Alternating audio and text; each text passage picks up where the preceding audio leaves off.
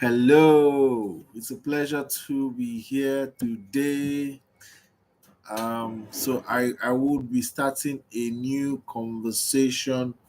And by the way, my name is Richard. Richard, a HR professional, corporate trainer, a business consultant, management consultant. I'm so happy to be here, and I have a very burning desire in my heart to speak on customer service in Nigeria. It's a very big problem. It's a very big problem.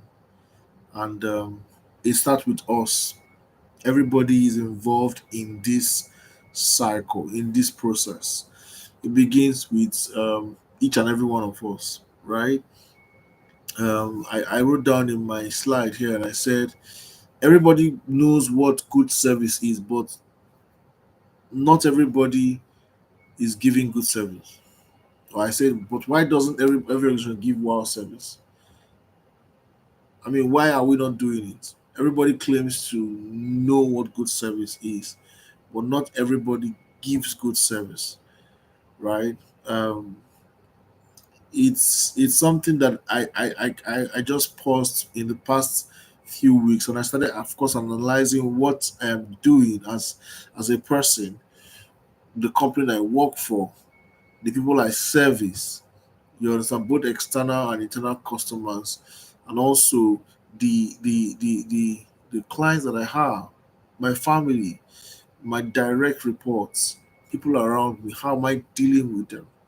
You see, I've come to realize that if you build your life in such a way that you have standards and values as a person, and ensure that it's consistent in every area of your life, whether it's in marriage, whether it's in family, whether it's in raising children, whether it's in, of course, in your office, or whether it's in your business, or whether it's in your clients, you will discover that life will become easy for you when it will turn out to become a standard. I used to know someone very well that the same way he treats people outside the church is the same way he treats people while at the workplace, the same way he treats his family and friends, right? So there is never, oh, he's a very, very cool guy when he's at home. He's a very, very, very harsh guy when he's in the office. He's a very, very, very cool guy when he's talking with his friends. But when he's dealing with, people who are not of his level, he is very arrogant, very harsh. No, you have to be consistent, right? Customer service begins with you. All right. I'm going to be speaking to, of course, business owners, in terms of employees. The first way to get customer service right is first you. I've addressed that. The second is in your hiring process, right? If you don't hire right, I can tell you, you've already set up yourself or your business to fail. If you don't have criteria for hiring, right? You must have criteria for hiring. That is the bedrock of customer service in your business. You must have, okay, what are the competencies I'm looking for? Must they know how to speak English? Must they know how to dress well? Must they not smell, or should they have good breath? Some of those things you must pay attention to. Must they be able to converse? Must they be well vast in terms of, you know current affairs, and of course things that are happening? Must they have institutional knowledge, that is knowledge regarding your industry, knowledge regarding your business? Some of those things you must write them down. Must they know how to use the computer? Some of those things you must articulate them. That's why it's also important you have a consultant that comes in and of course help you put this into play. But deep in your heart, you must so having them first in your head is good. Write them, and of course giving it to a professional to help you do it. I've come to realize there's a limit to what a business I mean to what a consultant can do to a business. If the business owner is not as committed as he or she should be, the impact of the consultant is not going to be felt. And as I was preparing for this presentation, I've come to also agree to the fact that sometimes it's good to put your consultant on a retainer than to give him a project. So after the project is done and he leaves, rather put him as an employee, so to speak, so that he also is available whenever the need arises, and also he's seeing the day-to-day activities of the business maybe once a week or twice a week, as the case may be. In that way, you are also tapping from the richness of that particular consultant. That's how it works. Well, let's continue. So in customer service, you must hire right. That is non-negotiable. I must be very honest with you. Beyond the applications that you will get, the goal is not about whose face is more prettier. Prettiness is good. Looking pretty or looking good is important. Of course, people look at it also. However, you must also look at, beyond that, is the skills that they have. Do they meet those skills as well? You will also look at it as well. All right. So hiring the wrong people to fill up roles in your business will definitely impact on the customers, on the brand that you're building. All right. Then the next thing again is investment in training. What do you want them to say whenever a customer picks up, whenever a customer calls? How do you want them to treat a customer?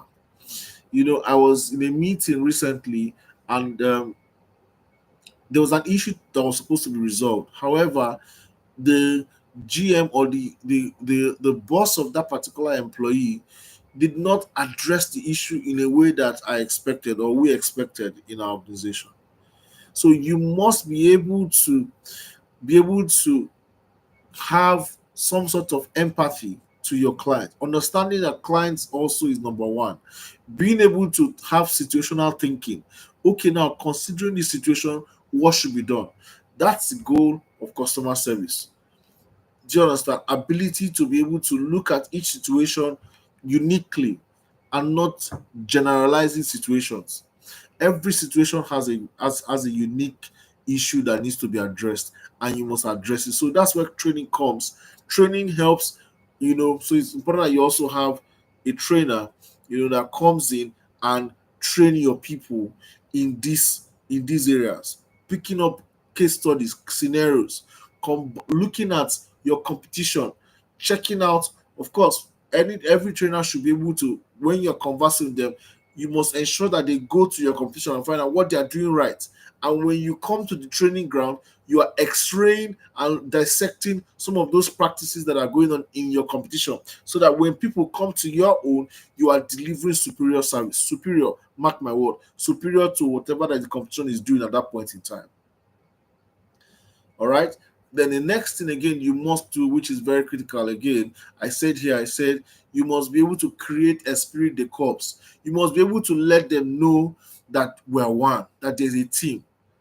All right. There's something I noticed about global brands like Domino Pizzas. Whenever people walk into Domino Pizzas, or what's it called, the ice cream outlet, they start singing, they start behaving like a team, and all of that. What makes your team bond more? Form it.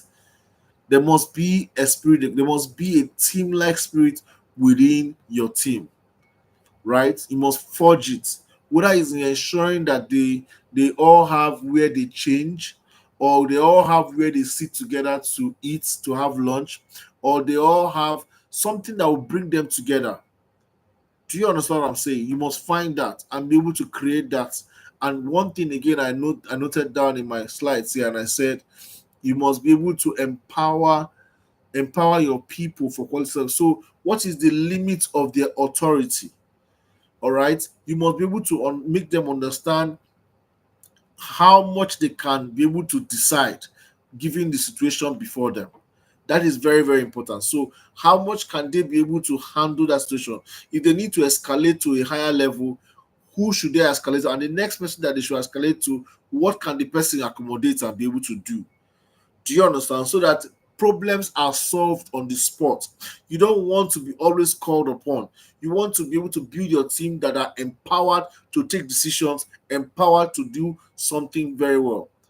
So some companies, their frontline person can take decisions that are very, very critical, right? Instead of waiting for the manager or wait. So those kind of businesses, you see that they are solving problems on the go, and not, oh, sorry, my manager is not here, I can't really give you a feedback. No, that's the essence of training.